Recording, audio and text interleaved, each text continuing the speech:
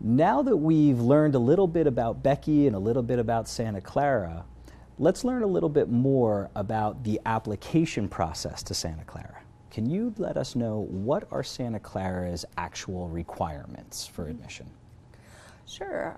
Santa Clara is a common application school, so that is the only way you can apply online is the common application. So that would be the first requirement, is creating an account and starting your common application. Within the common application, we do have a writing supplement, so an additional 2 short essay questions that you can submit.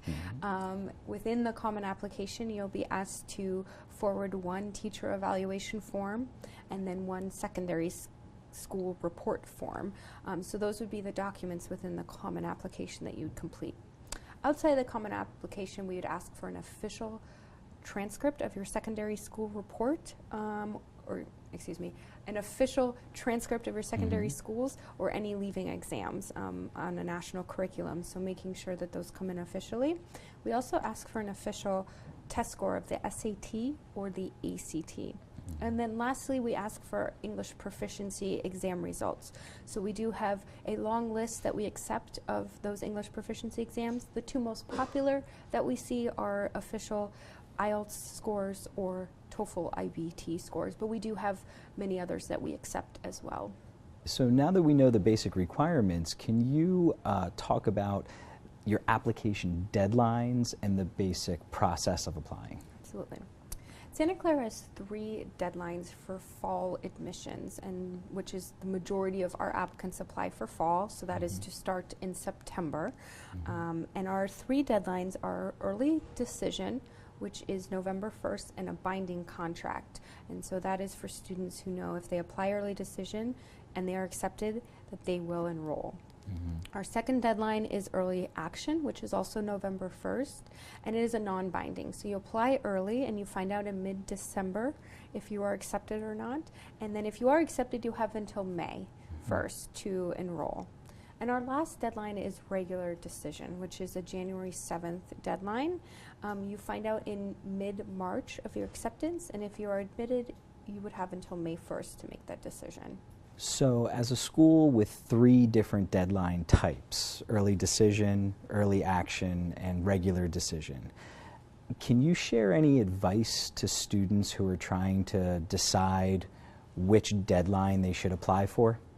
Great question. I wish more international students would ask this, because I think it will depend on which institutions you're looking at. For Santa Clara, I start with standardized tests because many of my international students don't plan far enough advance, so they need to take the SAT in December, and therefore the early action or the early decision is not an option, because the score results, we don't accept the November or December testing. So you have to plan your testing first. So figure out when you're going to sit for your SAT, what is the earliest date that's available, and same thing for the TOEFL or IELTS. So your standardized testing could drive the deadline, depending on how far in advance you've prepared for your U.S. college applications.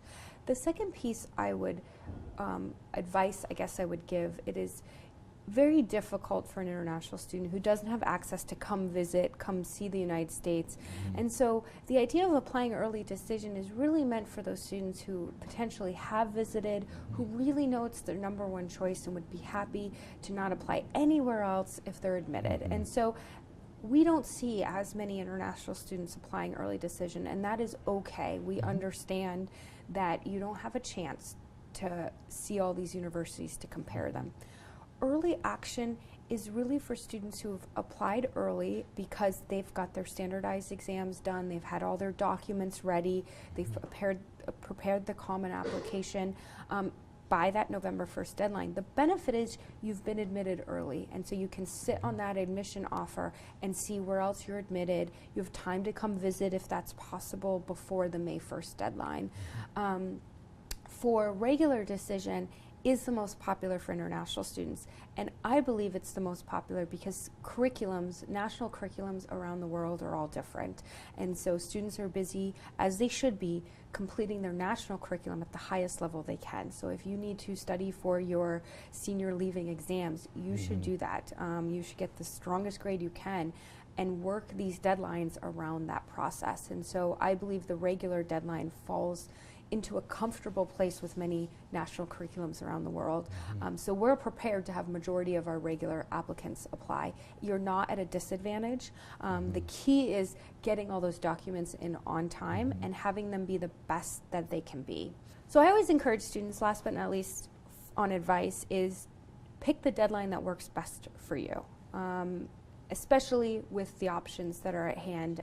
You know yourself best, you know what dates you can sit for exams, you know when your national curriculum is going to influence this process, because it does take up time. So it is most important that you pay attention to what you can handle on the deadline, and then apply and put together the strongest application you can for the deadline. So keeping the admissions process, the whole process in mind, are there particular parts of the process that, in your experience, you found international students maybe don't understand or have some special difficulty with when they're completing their application? Absolutely. A common one that I have a lot of empathy towards is official documents. What we mean in the United States is not the same as what might be happening around the world with an official transcript or official national leaving exams or secondary school results. The terminology is all different around the world based on the education system that an international student might be learning in. And so the best advice I can give for that is, when in doubt, email the international admission officer or call us and ask what we would do for the given your country's national education system. So for example, oftentimes students only receive one copy of their leaving exam. And so my recommendation to those students is get a certified copy, have the person who's certifying it place it in an envelope, and they seal it with a stamp or a signature. And then you can still mail it to us, but at least it's in a sealed envelope and it's a certified copy, because we do know, at least international admission counselors know, that you only receive one copy. Sometimes official copies have seals that are embedded into the transcript, so we have to feel the paper to know it's official.